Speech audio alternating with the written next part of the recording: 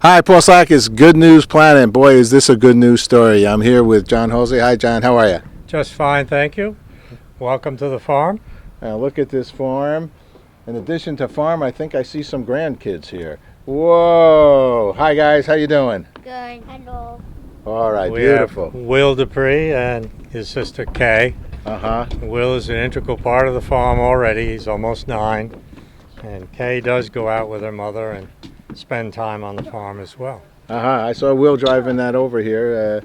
He's working the farm. There isn't much he can't drive. It's a challenge to keep him safe. Uh-oh. He says nothing here that he can't drive. Well, and Will could tell you about the 3 S's. Safe, slow, steady. Can I record you? I'm going to do that. Come over a little closer so we he can doesn't hear. want. He's a little. Well, no, good. He's going to come over. All right, that's very we kind. talked, but Will. I saw a little bit of karate from your granddaughter. Well, both of them take karate. Will, can you explain the 3 S's? Yeah, what are 3 S's? Safe, slow, steady. Safe, slow, steady. And what does that mean when you're driving? Be safe, be slow, be steady. Put your seatbelt on, even on the tractor, If there is. and then be steady. Don't go fast, don't go slow, be steady. So every time Will needs to be reminded, we ask him the 3 S's. All right, and it seems like he definitely knows about it. Thanks, Will. So, and hi, Kay, and thank you for jumping around and doing your thing.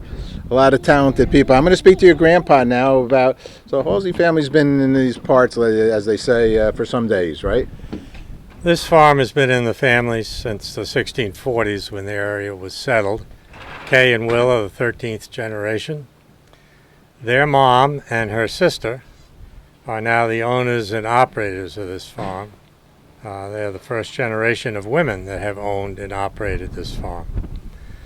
Traditionally, farms got left to the first son, or definitely to a son. Well, they don't have a brother, so they own the farm now. It's transitioned from potatoes to apples and pumpkins and peaches. My dad grew potatoes, 50 crops of potatoes, as many farmers did in this area. But now most all the farmland that's being farmed is being farmed with retail crops rather than wholesale crops. What would be a retail crop? Well, apples, because we sell them directly to the consumer. Naturally, they can be wholesaled. But out here in this area now, the Hamptons, we cannot grow crops as economically as they can in other more rural areas, and so we cannot compete in the wholesale market. We have to sell all our crops retail.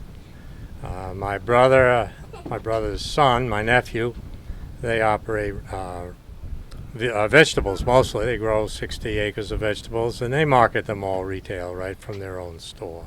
I think as I pass back by here with my good friend Ellen Gail Dupree, who I went to high school with, and she told me about what's going on here. We passed some place called the Milk Stand, is it? Milk Farm? Store is called the Milk Pail. Milk Pail, okay. For a short time, I had a dairy. When I first got out of 2 years of college, I had milk cows. We started selling retail just after our honeymoon in 1969, selling dairy products. That didn't do very well, and we started growing and selling apples. They caught right on. We kept the name, but we sold the cows. Okay, all right. Today, that's our main outlet of all the crops we grow. But we sell about a third of our apples.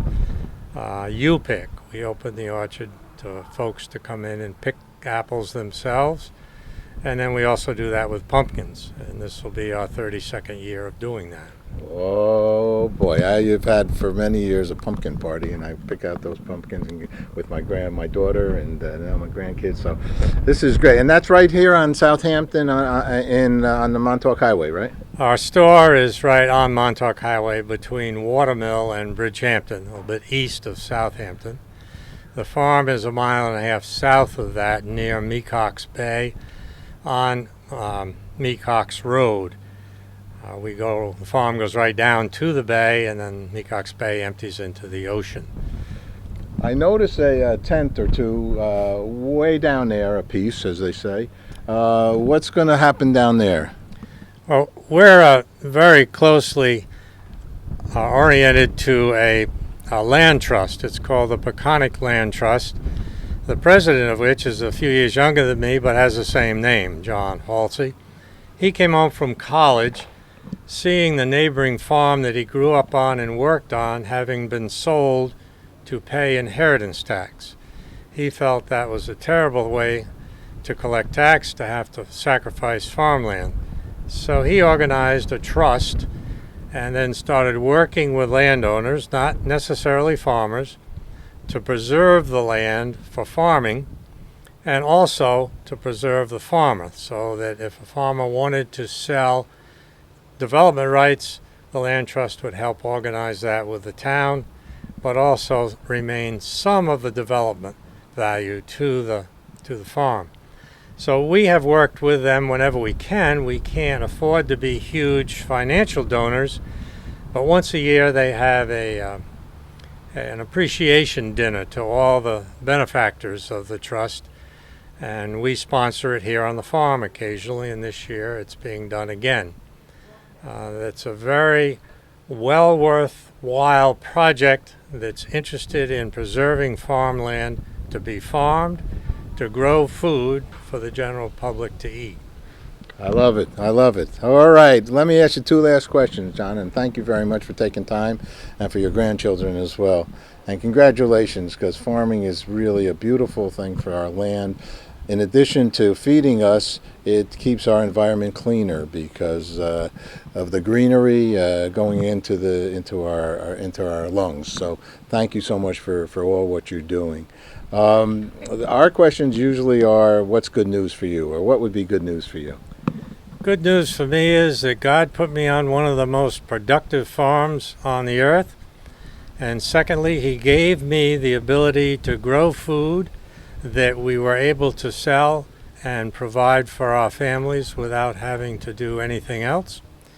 I live on the farm, so my commute is about 10 steps every morning. I've had good health my whole life, and I thoroughly enjoy what I do and what I have always been doing. And I really think that someone who is doing what they enjoy is a blessed person.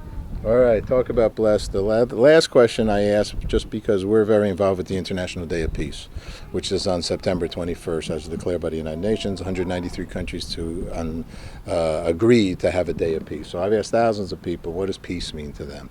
So John Halsey, what does peace mean to you? Well, I believe when I was born, God gave me a bucket full of energy. And He told me, or I believe, that I could use it any way I wanted to.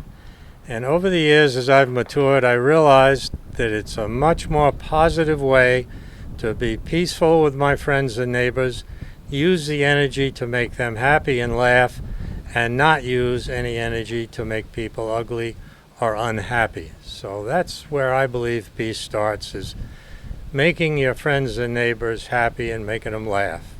I have always said, laugh at me or laugh with me, just laugh. Well, you got me to laugh. John, thanks so much. You're a good man. You're very welcome, and I hope you'll continue your good work. Thank you.